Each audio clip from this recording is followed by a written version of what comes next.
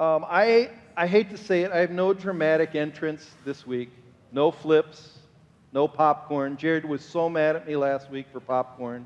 That was perfectly good popcorn. See, he's still not over it. He's still upset about it. And so I am not going to have any dramatic introduction. I am going to talk about my dad, though, because it's Father's Day, and I talk a lot about my dad. And some of you said, hey, it's okay, I like hearing about your dad. But I love my dad. I dearly love my dad. I still love my dad. And my dad and I rarely disagreed. We rarely disagreed. But I can remember one stormy night at the kitchen table. Back in Ohio, my dad and I had a very heated discussion, and it was about our jobs. Because men take a lot of pride in their jobs. In some sense, it's kind of who we are.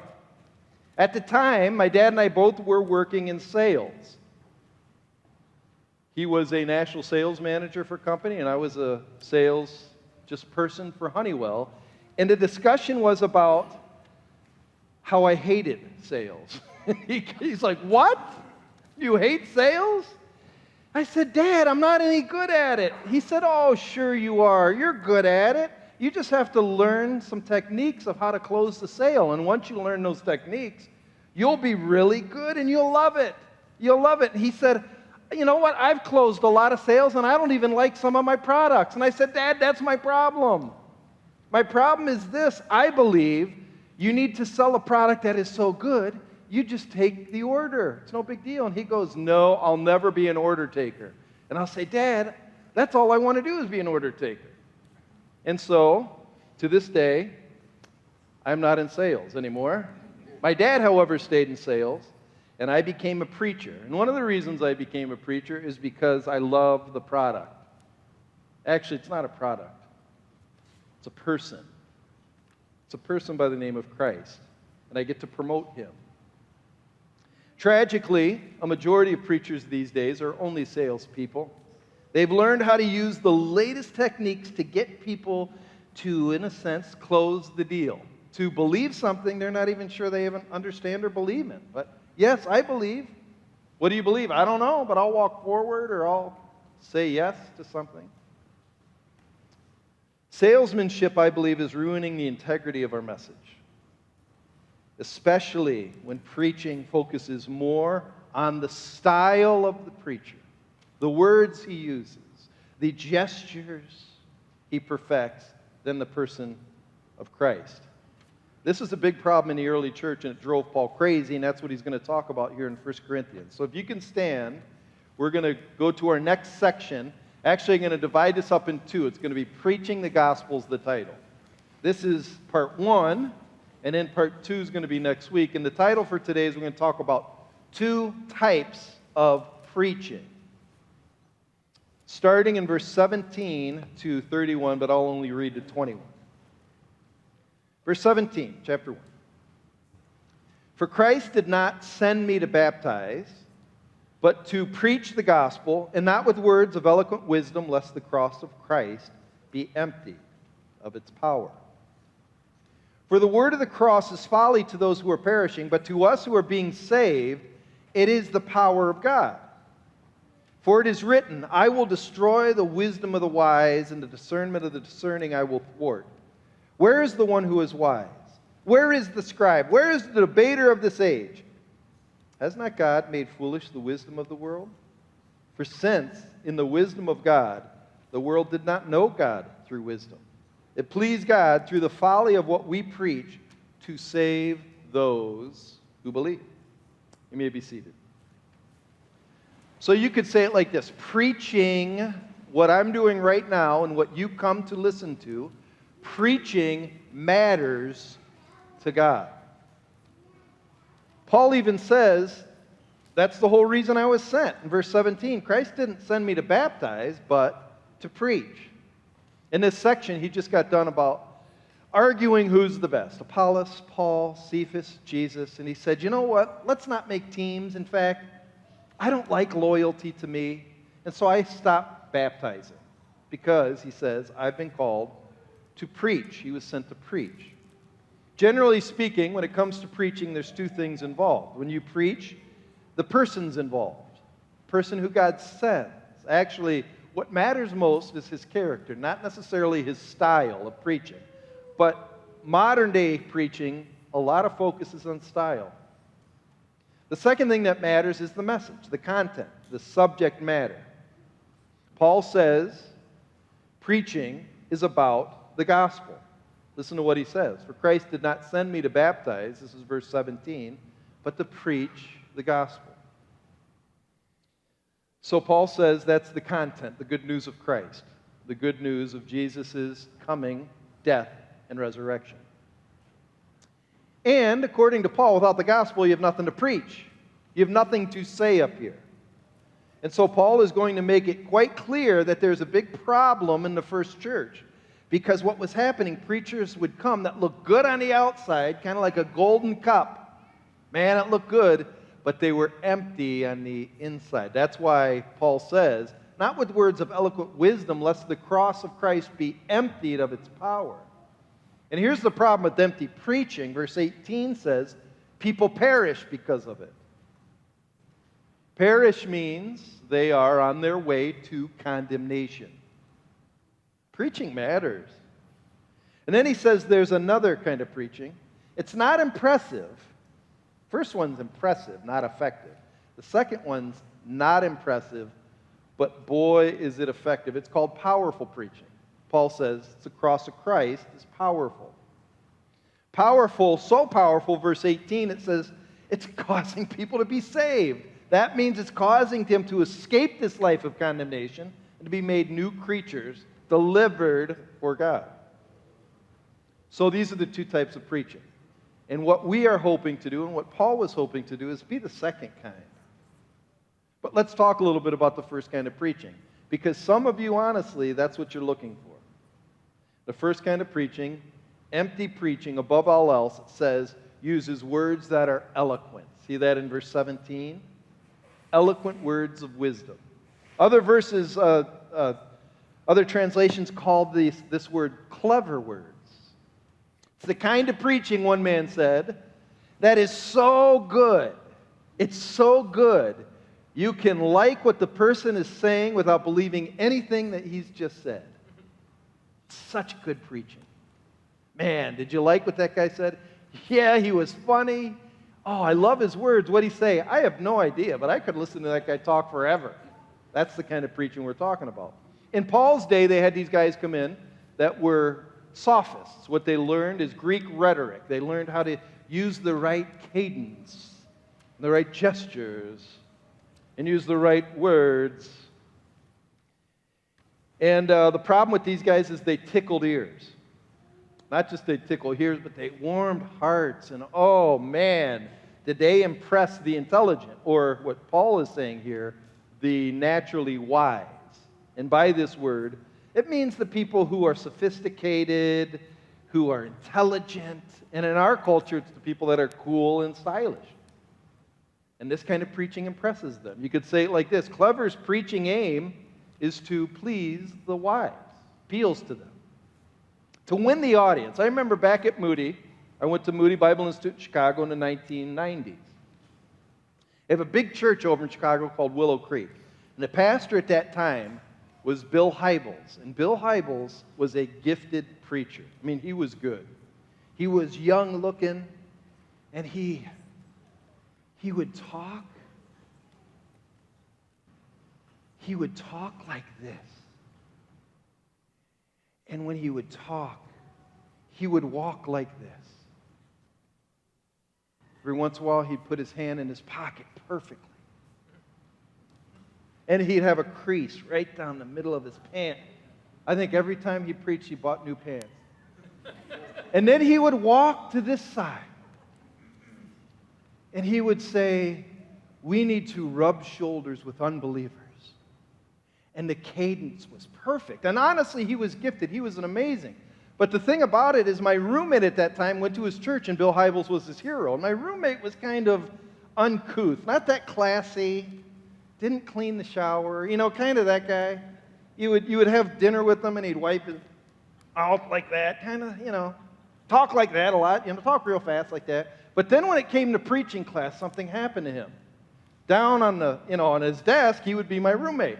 And then he would come up to the pulpit, and something changed. So, like right about here, I think something happened. He turned into Bill Hybels. And he got up, and all of a sudden he went,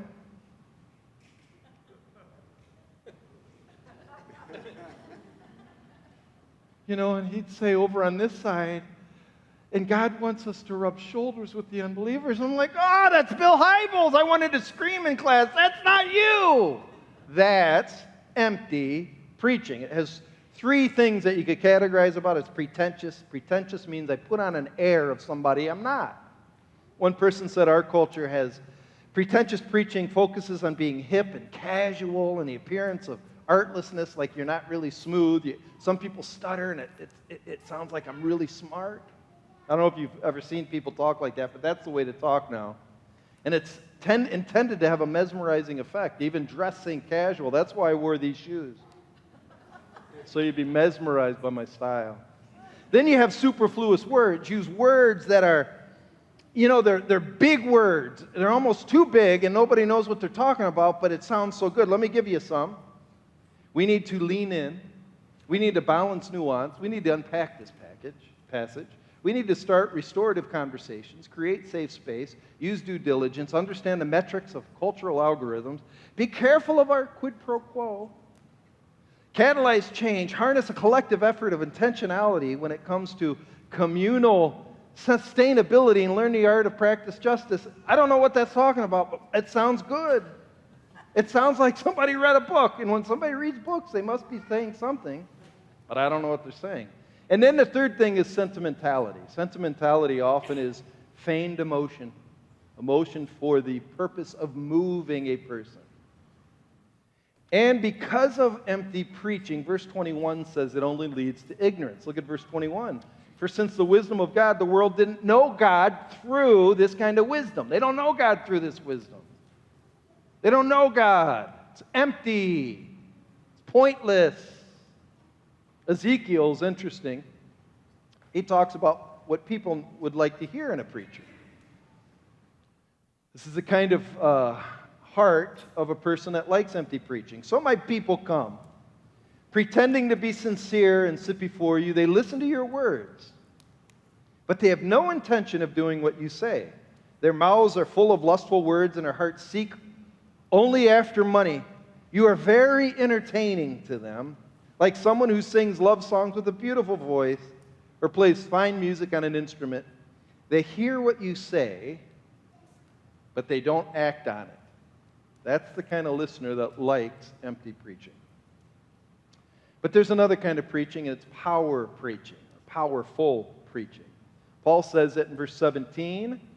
Verse 17, let the cross of Christ be emptied of its power. Verse 18, for the word of the cross is the power of God. The power, that means life-changing, actually changing a person from somebody who's going to perish into somebody being saved. It has power, which means it's effective for those people who are being saved. So instead of being pretentious, superfluous, instead of being sentimental, Paul says this kind of preaching can be described in only one way. Power preaching is foolish. Huh? He says that all through this passage. Look at this in verse 17. Wait, no, it's verse 18. For the word of the cross, it's folly. It's folly. Verse 21. For since the wisdom of God, the world didn't know God through wisdom. It pleased God through folly. It's folly. Verse 25. The foolishness of God is wiser than the wisdom of men. Powerful preaching is foolish. You're like, what? Then why preach?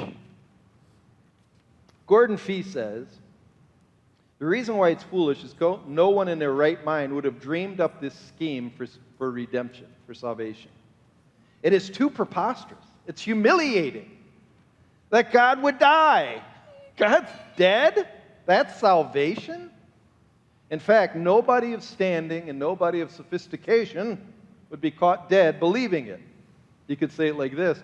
To the average person, real preaching at first hearing makes no sense. Makes no sense. Why? Because there's nothing in the message that any proud, any intelligent, like people that like their intelligence, or anybody that wants to be wise in other people's eyes would be attracted to. There's nothing attractive about it. Look at verse 19. For it is written, I will destroy the wisdom of the wise, and the discernment of the discerning I will thwart. God wants to get rid of pride. That's the point. And what has the proud, wise, and intelligent scribe and lawyer, debater done for the world? Verse 20 says, where's the one who's wise? Where's the scribe? Where's the debater? And this is coming from Isaiah, a passage in Isaiah. And Isaiah is basically talking about people who are wise in their own eyes. He says in Isaiah 26:18, they have not brought salvation to the world. So where are they? They come and they make you impressed, but have they saved your soul? And what he's saying is that kind of preaching doesn't work. And they don't last too long. And actually in that day, they'd make money and take off. No, the problem with foolishness is the wise don't like it. They don't like it. So God uses it, his own personal brand of foolishness, to thwart and overcome the world's wisdom. So how does foolishness work? Because this seems odd. How does foolishness work? And I'll show you how it works. Because it's the exact opposite of what we want. It's the antithesis of clever preaching. Let me show you. What do people want? What do you naturally want to hear? He's going to talk about two groups in verse 22. If you look in verse 22, he talks about two kinds of listeners. You have the Jew, I call those the religious people who find their righteousness in doing religion. People who think they're good because they go to church and dress up. They want something from preaching. Then you have the Greek. That's the natural person, the person who is just living, the non-believer. Those are the two groups. So according to Paul, the Jews want something. Look at verse 22. For the Jews demand signs. They demand signs. The idea is miraculous signs. The definition of sign here is something that's done that clearly only God can do. It's the finger work and power of God. It's a great work. It's a wonder where you step back and go, only God can do that. Gordon Fee wrote, specifically this word is used in regards to the coming of the Messiah. Messianic expectations. Jews wanted to see God act powerful on behalf of their nation. So when Moses came on behalf of Israel, he parted the Red Sea. It was amazing. And the water crashed on the Egyptians. Look at that. And then when David came, he brought in the Ark of the Covenant to Jerusalem. Oh, that's a sign. And so in the Jews' mind, when the Messiah comes, God's king, he's going to come and rescue his people and render vengeance on his enemies with overwhelming force. I mean, don't you want God to come and clean up this country with overwhelming force? Why doesn't God just show up? We need to have a powerful king to get rid of these people that are trashing everything. Don't you want God to come in one bold, swift move, restore order to the world's economy so you don't lose your 401k and you can keep your vacation home? Don't you want God to do that? He needs to come back now. In fact, that's what the Jews wanted in the Gospels. There's a part in Matthew 12. It's a really interesting story. Jesus just healed a demon-possessed man. This is Matthew 12, starts in 22 to 40. He heals this demon-possessed man, drives a demon out of a guy. And the crowd sees it, and they're amazed, it says in verse 23. The crowd's amazed. Whoa! They said, this must be the son of David, the king. He must be coming back. And the Jews said, no, he's probably a devil himself. No, I bet you Jesus is a devil. And Jesus said, that's silly. Why would a devil drive out a devil? Kingdom wouldn't divide. And he said, if I'm driving out demons, then I'm not a demon, so you know what that makes me? Probably the kingdom of God has come and I'm its king. And that made the Jews mad. And they said, oh, okay, show us another sign then. Well, he just drove a demon out of a guy. Show us another sign. And Jesus said, all right, you want one more sign? Because you're wicked, all you want are signs. You know what you're going to get? You're going to get a sign of Jonah, a dead man for 3 days. What kind of a sign is that? I would ask you who are Christian, all you want is Jesus to come back. Have you yet died? Because really, he's come first to kill us. Second group is the Greek. You know what the Greek wants? Wisdom. According to verse 22, the Greek seeks wisdom. Wisdom on a human level. That means human learning, reason, enlightenment, intellectual excellence. Harvard, Yale, Berkeley, Stanford, health and wellness podcasts, Discovery Channel, and of course, Jeopardy's Daily Double. That kind of wisdom. Brilliant facts, knowing things. Acts 17:20, the Greeks heard Paul speak up on Mars Hill, and they said to him, we want to learn your new teaching. You are bringing new ideas to our ears, and we want to know them. Greeks were about human exploration and advancement. Today we call that progress. We call that self-discovery, self-actualization. We even call that being on the right side of history.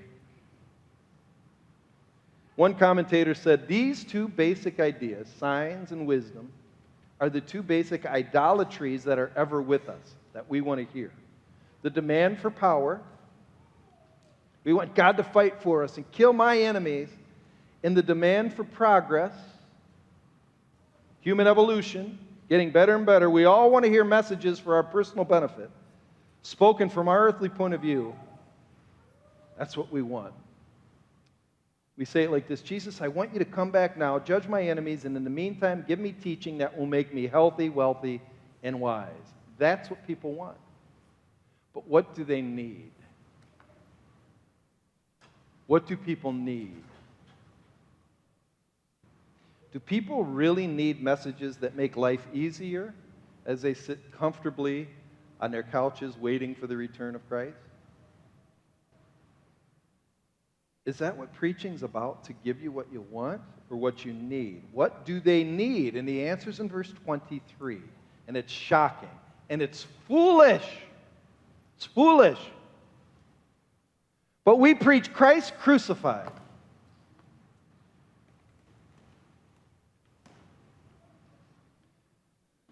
We preach Christ, the Messiah, the one who's David's son. And we preach him dead. He's been killed for us. That's the message? Watch why it's so foolish. It's foolish because it's not what the Jews wanted to hear at all. It says in verse 22, to the Jews, that's a stumbling block. Or 23, it's a stumbling block. Why? Because remember, the Jews wanted a king coming in power, and all Paul says is you get a king who's coming to die. What kind of a message is that? A king who's going to die on a tree that's cursed. For the Greeks, remember what the Greeks wanted? They wanted wisdom for human progress so we can get better and better. And what's the message? No, Jesus came to actually be annihilated, to die. What kind of message is that? The cross is exactly the opposite of what every prideful person wants to hear. Exactly the opposite. Exactly the opposite of what I want. That's why it's so foolish. But it's everything I need. You may be saying to yourself, so let me get this straight. Let me sum up a little bit. You might be saying, okay, so the basic premise of the Christian message is that instead of a king who has come to crush his enemies, we find a king who's been crushed by those who hate him. And instead of a message of human progress and excellence, all Jesus has for us is utter humiliation and death. Is that it? Yep, I don't want it. I really don't want it. How do I sell that? Gordon Fee says here, and it's critical what he said, from any merely human perspective, the central message of the Christian gospel must always appear as folly. But to people from both groups, the Jews and the Greeks, who get it, this folly turns out the very place God is powerfully at work, calling out a people for his name. They are those who are being saved, according to verse 18. The cross is the wisdom of God. How? How does Christ crucified show me his wisdom? So like I said, I'll tell you what, at face value, this message doesn't sell. That's why people like to do this. That's why they do that. But that's why they raise their voice, like that sometimes. Everything in us reacts against Christ crucified. So, as a person who sells this and as a person who's hearing about the product, what I want to know is, how does the cross show God's wisdom and power? Paul says in two ways. In two ways. Number one, the cross is effective in destroying human pride so no one can boast about their standing. Look at verse 27 through 29. But God chose what is foolish in the world to shame the wise. God chose what is weak in the world to shame the strong. God chose what's low and despised in the world, even things that are not, to bring to nothing things that are, so that no human being might boast in the presence of God. God wants to bring human pride to nothing precisely because, as verse 21 said earlier, as we read earlier, pride keeps us from knowing him. We don't know God through pride. So when I'm impressed with myself, when I'm proud of myself, why do I need God? I won't be impressed with him. I don't need him. So what does God do? God sends his Son, allows his Son to be torn apart, have thorns pierce his skull, displayed publicly naked for all to see, points to him, points to the one on the cross, and says, "This should be you."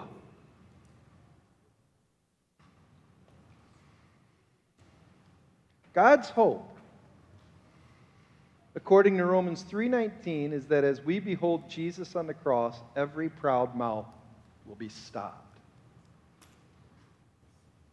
Because when an innocent man's red blood is seen dripping from a cursed cross, it is the only hope to stop pride in its tracks. That's all we got. And I'll tell you this, when this foolish message is understood, without using the latest sales technique and manipulation, when it's understood, without the big trendy words, without sentimentality, the cross is effective. It's effective. It accomplishes what God meant for it to accomplish. And nothing in the world can take away our sin, save Christ crucified. The truth of the matter is, according to verse 26, the people who have nothing to lose gain this message. They're the ones that really understand it. Verse 26, "For consider your calling, what you're like, brothers. Not many of you were that wise when you're called. When you're humble, it comes in." Second reason God uses this, the cross, is the cross connects me to the life of Christ. The one who justified me, that means made me right in God's eyes, his life becomes mine. Look at verse 30. "And because of him, you are in Christ Jesus. You are in him, who became to us wisdom from God, righteousness, sanctification, and redemption."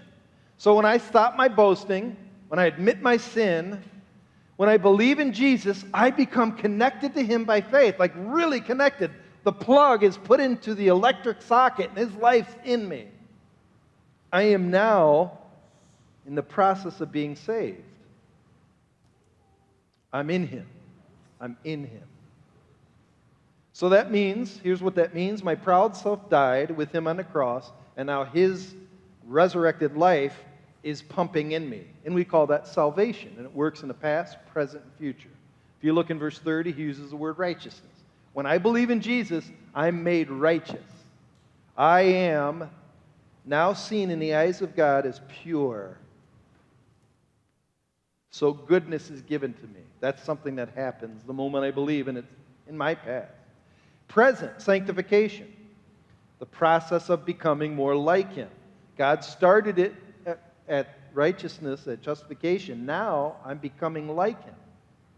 And then to redemption. Redemption is the future state, where this proud captive who once was bound in sin is forever set free. I am now a citizen of heaven.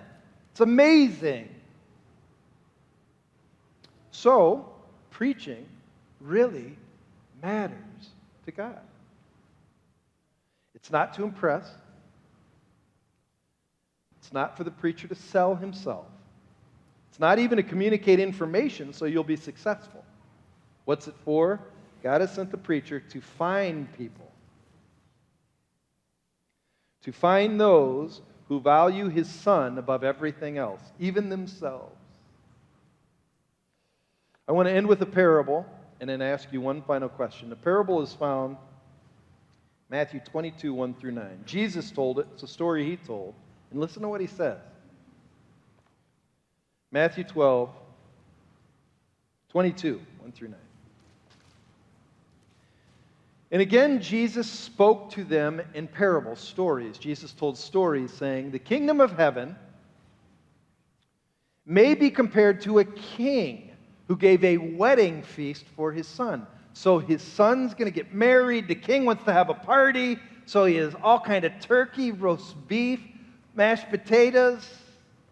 Some people want cranberries there. I do. My kids don't, but it will be there. There's probably going to be wine. Read Isaiah 25. Don't blame me. So this big feast, huge feast, a wedding feast. And He sent His servants to call those who were invited to the wedding feast. But they would not come. Again, He sent other servants saying, tell those who are invited, see, I prepared my dinner. I mean, can you smell it? Oh, my oxen and my fatted calves have been slaughtered and everything's ready. Come on. I'm sure He said, come to the wedding feast. He probably said it in that high voice. Come on. What's wrong with you? It's ready. But they paid no attention. They paid no attention because they had their arms crossed. One went off to his farm. I got better things to do. One went to his business. You know, a guy who talks like this, it's all about the bottom line. I'm trying to make some money, all right? Get off my back. I know I don't go to church, but I'm making some money. I need money. See, they're busy. They're too busy for the invitation. Some other servants seized his servants.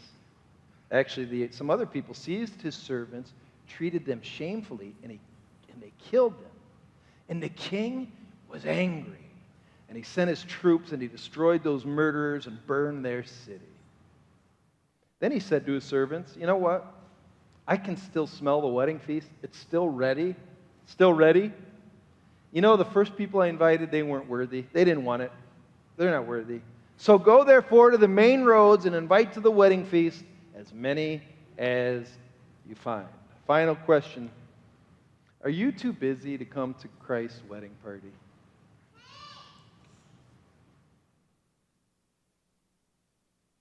Are you too sophisticated to believe a foolish message?